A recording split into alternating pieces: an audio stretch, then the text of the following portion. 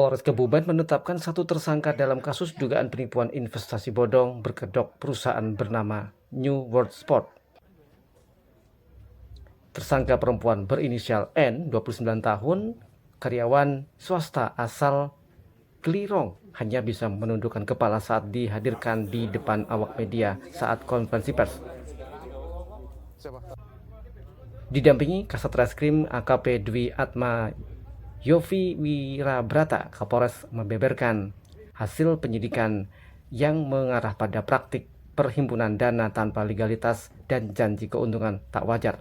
Tersangka disebut sebagai leader lokal yang berperan aktif merekrut anggota dan mengarahkan alur investasi fiktif tersebut.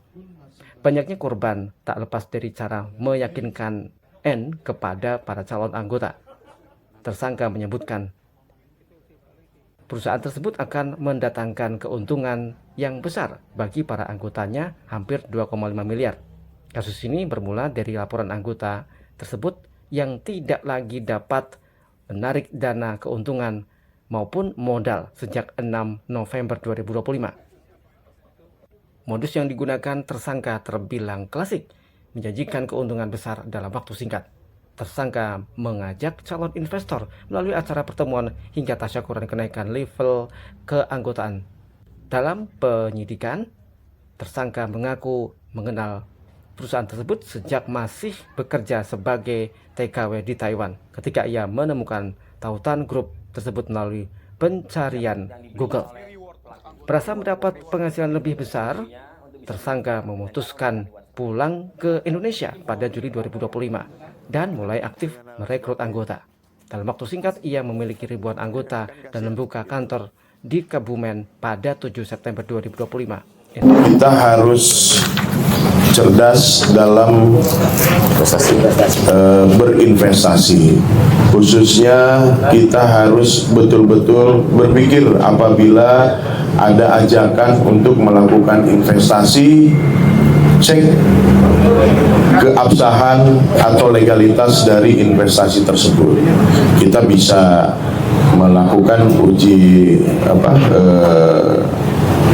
keabsahan atau ngecek langsung di situsnya OJK apabila ada perusahaan yang dinaungi untuk melakukan kegiatan-kegiatan yang bersifat seperti kegiatan investasi dan sebagainya, ada legalitasnya yang terdaftar di OJK.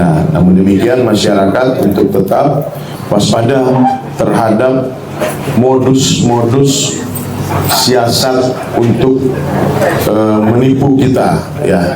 Jangan sampai kita terperdaya dengan tipu muslihat oleh kelompok-kelompok yang hanya mengiming-imingkan untuk mendapatkan keuntungan yang sangat cepat. Dari tangan tersangka, Polres menyita beragam barang bukti mulai dari ponsel, sepeda motor, peralatan elektronik, hingga sejumlah perangkat yang diduga digunakan sebagai hadiah atau fasilitas promosi.